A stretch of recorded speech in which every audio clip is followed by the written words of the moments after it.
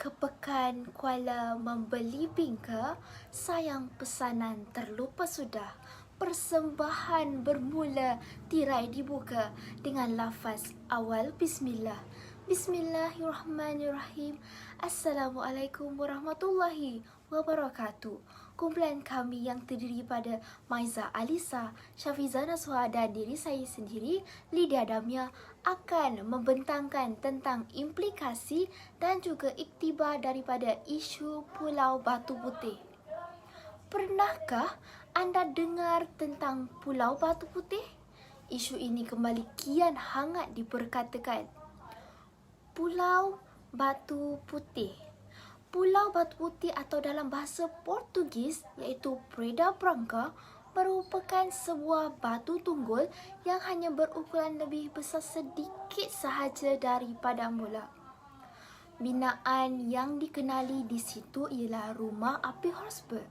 Rumah api ini dibina oleh pihak British pada 1851 atas keizinan Sultan Johor untuk penghormatan kepada juru hidrografi warga Scotland iaitu James Horsburgh di bawah Syarikat Hindia Timur Inggeris BEIC.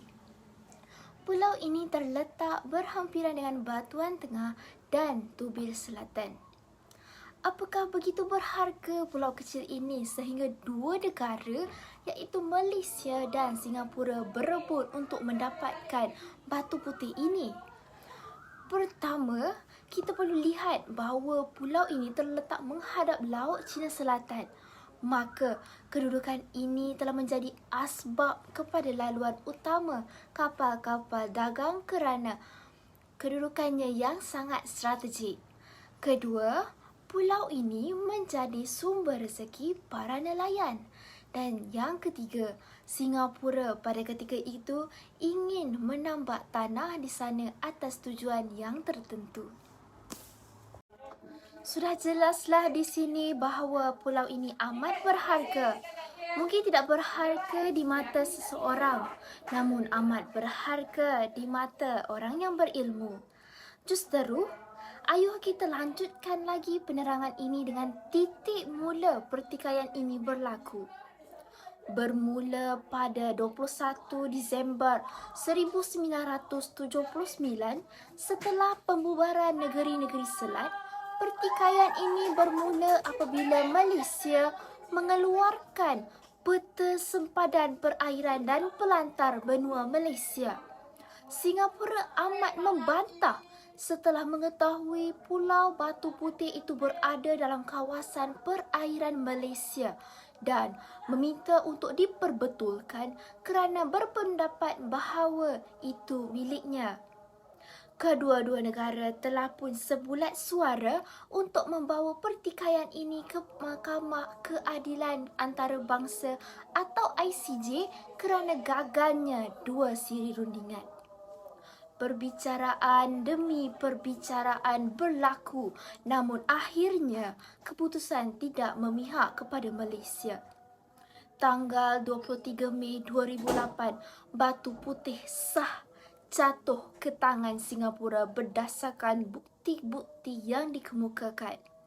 Walau bagaimanapun, ICJ memutuskan bahawa kedaulatan Batuan Tengah menjadi hak mutlak Malaysia, manakala Batuan Putih menjadi milik negara di perairan wilayah di mana ia terletak.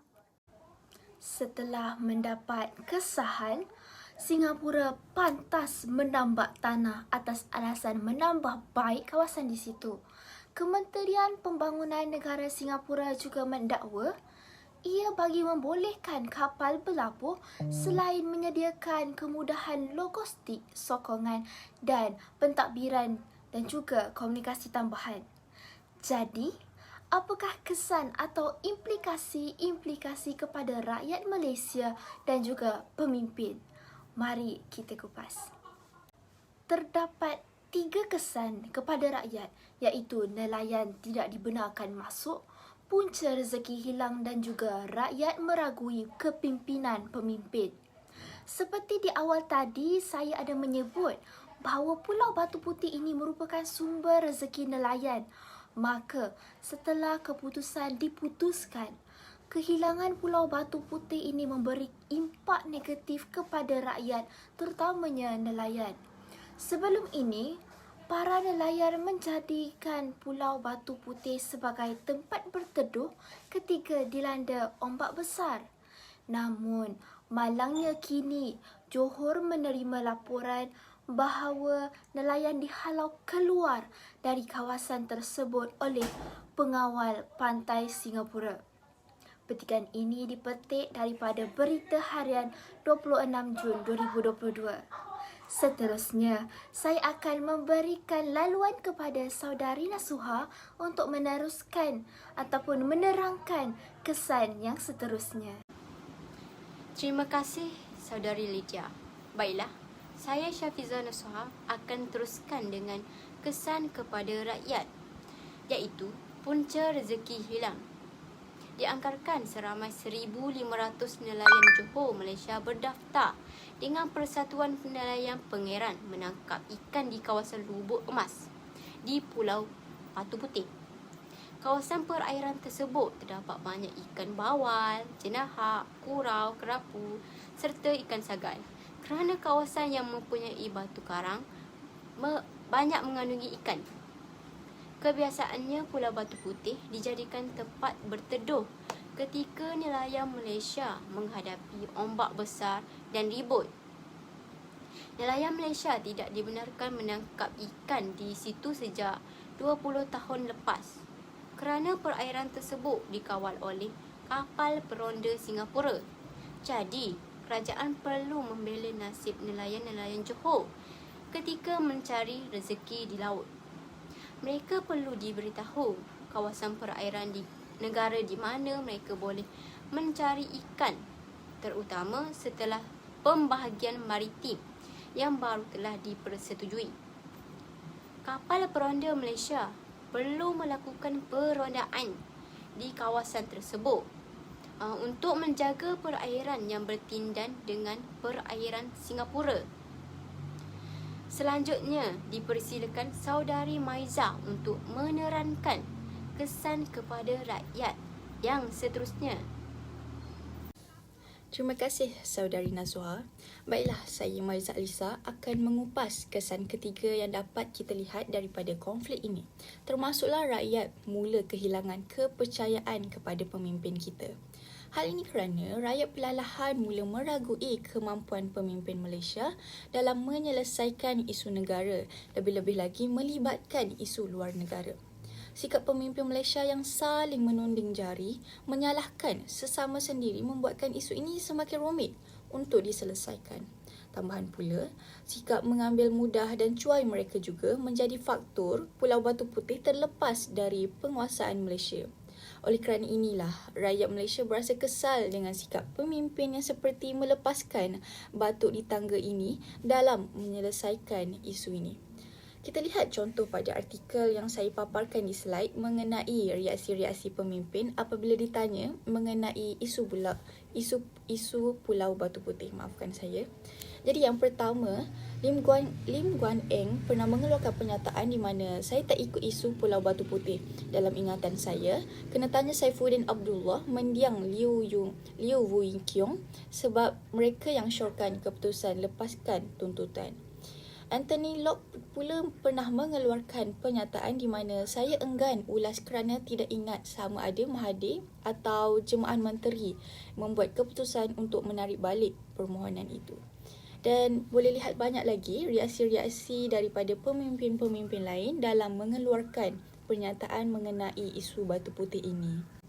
Lampiran ini menunjukkan banyak artikel-artikel yang dikeluarkan sehingga hari ini berkaitan isu Batu Putih yang membuktikan masalah ini masih berlarutan sehingga lebih daripada 40 tahun. Terima kasih saudari Maiza. Saya teruskan dengan kesan kepada pemimpin. Kesannya, pemimpin Malaysia saling menunding jari antara satu sama lain.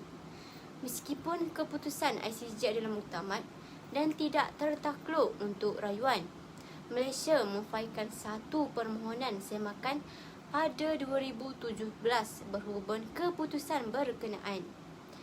Ia berdasarkan beberapa dokumen dalam usaha untuk membuktikan bahawa pentadbiran kolonial British dan Singapura menyedari bahawa Pulau Batu Putih bukan sebahagian daripada wilayah berdaulat Singapura. Dokumen-dokumen itu diperoleh daripada Arsip Negara UK, iaitu surat-surat dalaman pihak berkuasa kolonial Singapura pada 1958. Laporan insiden yang difailkan pada 1958 oleh seorang pegawai tentera laut British dan satu peta beranotasi tentang operasi tentera laut. Permohonan semakan itu diketuai Pegawai Negara ketika itu Muhammad Afendi Ali. Bagaimanapun, pada 30 Mei 2018, tidak lama selepas PH memenangi pilihan raya umum dan mengambil alih pentadbiran Putrajaya, ia mengumumkan bahawa Malaysia akan menarik balik permohonan semakan tersebut dan mengarahkan Afendi untuk bercuti. Keputusan itu dibuat selepas mengambil kira pandangan pakar perundangan antarabangsa dan kepentingan negara, termasuk implikasi kos. Sekembalinya BN ke tampuk kuasa, kerajaan menubuhkan satu pasukan petugas khas bagi menyemak semula isu dan tindakan perundangan berkaitan Pulau Batu Putih, Batuan Tengah dan Tubir Selatan berhubung penarikan balik permohonan semakan itu. Isu berkenaan turut dibangkitkan baru-baru ini apabila PH dan Mahathir menjadi sasaran Sultan Johor, Menteri Besar dan Speaker Dun Johor. Sultan Ibrahim Sultan Iskandar menzahirkan kekecewaan dengan keputusan PH untuk tidak meneruskan permohonan rayuan berkenaan. Susulan itu, Speaker Dun Johor Muhammad Fuad Al-Qarshi menawarkan diri untuk menyaman Mahathir sebanyak RM3 bilion berhubung perkara tersebut. Seterusnya, kenyataan bekas Perdana Menteri Najib Razak bahawa Dr. Mahathir bertanggungjawab atas kehilangan Pulau Batu Putih kepada Singapura. Manakala pernyataan Mahathir pula bercanggah dengan yang lain. Beliau berkata bahawa kehilangan Pulau Batu Putih bukan masalah besar. Ia adalah kesilapan kerajaan Johor yang menafikan bahawa pulau itu adalah milik Johor. Sekiranya penafian itu tidak dibuat, tidak akan ada pertikaian sekarang, katanya. Jadi di sini, semua pemimpin saling menuding jari antara satu sama lain. Baiklah, dipersilakan saudari Lydia untuk mengupas kesan seterusnya. Terima kasih saudari. Pemimpin hilang kepercayaan ataupun rakyat hilang hormat kepada pemimpin. Jika dilihat dari apa yang saya paparkan di skrin, kita boleh nilai bahawa masyarakat kini semakin pudar kehormatannya kepada pemimpin. Mereka bukan sahaja membenci tanpa sebarang sebab, namun mereka benci atas sikap jelek pemimpin itu sendiri. Sewajarnya, pemimpin ataupun para pemimpin harus bertanggungjawab dalam menjaga kedaulatan negara dan juga mengetepikan sikap penting akan diri sendiri. Seterusnya, saya akan mempersilakan saudari Maiza untuk melontarkan ideanya. Terima kasih saudari Lydia. Baiklah, kita teruskan kepada kesan kepada pemimpin yang ketiga, iaitu pemimpin Malaysia menerima kritikan daripada pemimpin Singapura. Pada Februari 2017, Malaysia telah memfailkan permohonan semakan ke atas keputusan ICJ yang disampaikan pada tahun 2008 ke atas Batu Putih. Ini telah menyebabkan ramai pakar undang-undang antarabangsa di Singapura membuat pelbagai komen bukan-bukan ke atas hal ehwal dalaman politik Malaysia. Seperti yang dilaporkan oleh sebuah artikel yang diterbitkan pada Julai 2017 bertajuk Malaysia Throwing the Kitchen Sink with Second Pedro Branca Challenge, say expert, dengan izin. Jadi Singapura membuat tuntutan antara lain berdasarkan surat yang diisukan oleh M. Seth bin Said, pemangku setiausaha Kerajaan Negeri Johor pada tahun 1953 yang menafikan kedaulatan Johor ke atas Batu Putih. Surat ini merupakan salah satu bukti kokoh yang meyakinkan ICJ untuk menyerahkan Batu Putih kepada Singapura pada tahun 2008. Walau bagaimanapun, Putrajaya kini mengutarakan bahawa 3 dokumen baru telah ditemukan yang menafikan Batu Putih adalah sebahagian daripada Singapura. Oleh kerana itulah, Malaysia memfailkan semakan di ICJ pada Februari. Kritikan-kritikan berkaitan urusan dalaman politik Malaysia telah dibuat oleh pelbagai pihak di Singapura, bermula daripada pakar undang-undang antarabangsa sehinggalah ke orang nombor 1 republik tersebut. Dekan Fakulti Undang-Undang Universiti Kebangsaan Singapura, Profesor Simon Chesterman, dilaporkan telah menyebut bahawa kerajaan Malaysia sekarang sangat terdesak dan perlu menunjukkan mereka telah melakukan apa yang patut untuk mendapat sokongan politik daripada orang ramai. Kritikan ini juga telah disokong oleh Dr. Mustafa Izzuddin, seorang fellow di Institut Pengajian Asia Tenggara ISIS di Institut Yusof Ishak di Singapura, yang mengatakan bahawa permohonan kedua kepada ICJ yang dibuat pada Julai 2017 adalah langkah strategik yang sengaja dilakukan untuk menghidupkan isu Batu Putih bagi tujuan mendapatkan sokongan domestik. Beliau juga dilaporkan berkata bahawa semakan yang dibuat ini sebagai sebuah pameran awam kepada para pengundi bahawa pihak kerajaan sebenarnya sedang melakukan sesuatu untuk mengambil semula Batu Putih daripada Singapura agar mereka terlihat sebagai wira. Terkini, Perdana Menteri Singapura Lee Hsien Loong pula membuat komen serupa yang menuduh tindakan Malaysia menyemak Batu Putih bermotifkan politik. Kritikan-kritikan ini adalah tidak wajar, terutama sekali apabila ia diungkapkan oleh pakar undang-undang antarabangsa yang sememangnya jelas memahami konsep kedaulatan sesebuah negara. Pertama, permohonan yang dilakukan oleh Malaysia ni tidak melanggar peruntukan statut ICJ. Putrajaya hanya mengamalkan haknya sebagai negara anggota kepada prosiding tersebut tertakluk kepada artikel 61 dalam kurungan 1 statut ICJ. Lagi pula, permohonan semakan ini dibuat sebelum berakhirnya tempoh 10 tahun setelah keputusan terdahulu dibuat. Kedua, permohonan ini dilakukan adalah untuk menyelesaikan perkara ini secara aman sebagaimana disyorkan oleh Piagam Pertubuhan Bangsa-Bangsa Bersatu iaitu PBB. Kritikan-kritikan ini secara langsung atau tidak langsung mempamerkan keangkuhan terhadap hak Malaysia sebagai sebuah negara yang terlibat di dalam prosiding tersebut. Kritikan ini mungkin hanyalah pendapat peribadi ahli-ahli akademik Singapura.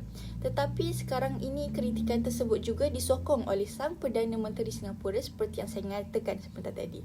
Sekiranya benar ini sentimen kerajaan Singapura, ia sekaligus boleh menjejaskan semangat Asian yang berpegang teguh kepada prinsip tidak mencampuri urusan negara lain. Jadi silakan saudari Nasuha untuk menjelaskan pengajaran yang dapat kita ambil daripada isu Pulau Batu Putih ini.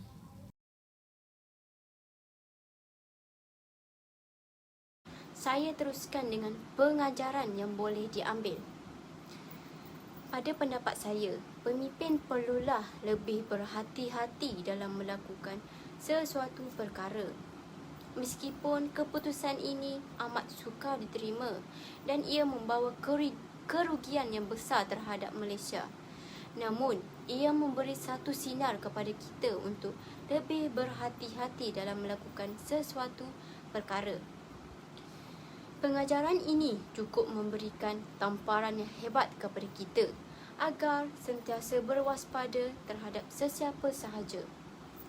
Sifat saling menyalahkan orang lain tidak harus wujud dalam menyelesaikan isu ini. Malah saling melengkapi dan memperbaiki perlu diutamakan. Seharusnya jika ingin menuntut sesuatu hak, bukti yang jelas lagi konkret perlu ada. Jika Singapura bukan pemilik sah terhadap Pulau Batu Putih, maka Johor yang mewakili Malaysia perlulah memberikan bantahan secara berterusan yang perlu dilakukan sejak awal lagi bagi membantah Singapura sebagai pemilik atau penguasa bagi Pulau Batu Putih. Seterusnya, dipersilakan Saudari Maiza untuk mengupas pengajaran yang seterusnya. Baik, terima kasih Saudari Nasuha. Jadi pengajaran lain yang boleh kita ambil daripada kes ini termasuklah Malaysia perlu sediakan lebih banyak bukti. Malaysia ni perlu memasukkan isu polisi dan rancangan penambakan laut oleh Singapura di Pulau Batu Putih. Singapura sebenarnya tidak boleh dibenarkan menambak laut sewenang-wenangnya di Pulau Batu Putih kerana kesan dari penambakan laut di sekitar Pulau Batu Putih itu kelak akan menjejaskan dan mengubah pembahagian sepadan maritim yang telah dipersetujui. Pada asasnya, tidak ada peruntukan dalam UNCLOS 1982 mengenai penambakan laut dan keadaan ini sudah pasti memberikan kedudukan yang tidak begitu memihak kepada Malaysia jika dibandingkan dengan Singapura. Malaysia juga wajar untuk memastikan dan membantah apa juga aktiviti yang dilakukan oleh Singapura di Pulau Batu Putih yang akan mengganggu aktiviti kita di Pulau Batuan Tengah. Sebagai contoh, aktiviti yang perlu dipantau oleh Malaysia ialah apabila Singapura telah memasang radar komunikasi perkapalan di Pulau Batu Putih.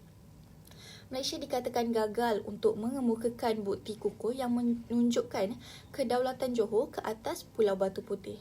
Kegagalan Malaysia dalam mengemukakan surat meminta kebenaran daripada pihak British kepada kerajaan Johor juga dibangkitkan oleh Singapura dalam hujah mereka.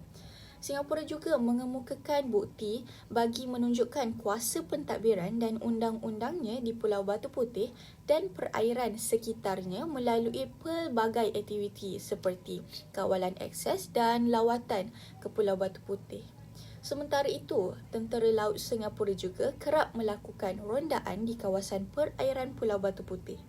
Singapura juga mendakwa Malaysia tidak menjalankan aktiviti pentadbiran dan undang-undang ke atas Pulau Batu Putih dan tidak pernah membantah aktiviti pentadbiran dan undang-undang yang dilakukan oleh Singapura. Singapura juga membandingkan tindakan Malaysia di mana Pulau Pisang di mana Singapura diminta menurunkan benderanya di Pulau Pisang tetapi tidak berbuat demikian di Pulau Batu Putih. Tegas Singapura ini membawa makna Malaysia tidak pernah mengambil kira Pulau Batu Putih sebahagian daripada wilayahnya. Mereka juga menegaskan bahawa surat pemangku setiausaha Kerajaan Negeri Johor yang menyatakan Johor tidak menuntut hak milik Petra Branca iaitu Pulau Batu Putih adalah sah memandangkan ia ditulis dalam kapasiti rasminya dan Johor kepada ketika itu adalah sebuah negeri yang berdaulat. Jadi inilah pengajaran yang perlu kita ambil iaitu Malaysia perlu menyediakan lebih banyak bukti agar penyataan kita itu kukuh dan kuat untuk mendapatkan semula Pulau Batu Putih ke tangan Malaysia. Terima kasih, saudari. Pengajaran seterusnya ialah pengkhianat perlulah dikenakan tindakan undang-undang yang sewajarnya. Kerana bak kata Menteri Besar Johor, walaupun sekecil atau sekelumit mana pun kawasan yang menjadi rebutan, setiap inci perlulah kita jaga dan pertahankan. Semoga tindakan undang-undang diambil ke atas pengkhianatan ini, katanya. Baiklah, saya akan serahkan kembali kepada saudari Nasuha untuk menyambung perkara seterusnya. Terima kasih saudari Lydia. Pengajaran yang seterusnya ialah pemimpin tidak boleh memandang remeh terhadap isu-isu yang berkaitan seperti ini. Malaysia perlu menyenaraikan semua pulau yang termasuk dalam perairan negara dan perlu melakukan aktiviti yang sesuai dan sewajarnya di atas pulau itu untuk menunjukkan kedaulatan negara Malaysia ke atas pulau tersebut. Sebarang tindakan kita perlu didokumentkan untuk menjadi bukti hak kita terhadap wilayah tersebut untuk kepentingan sekarang dan masa hadapan sebagai contoh dokumen perjanjian pentadbiran rumah api di Pulau Pisang, Johor. Seterusnya, semua kaki tangan kerajaan juga disarankan agar lebih teliti dan berhati-hati dalam menyedia dan menandatangani sebarang dokumen bagi pihak kerajaan. Ini dengan tujuan untuk memelihara kewibawaan kerajaan supaya tidak mengulangi kesilapan pihak-pihak yang terdahulu. Kerajaan Malaysia disarankan agar lebih berhati-hati dalam melakukan sebarang perjanjian dengan pihak berkuasa Singapura.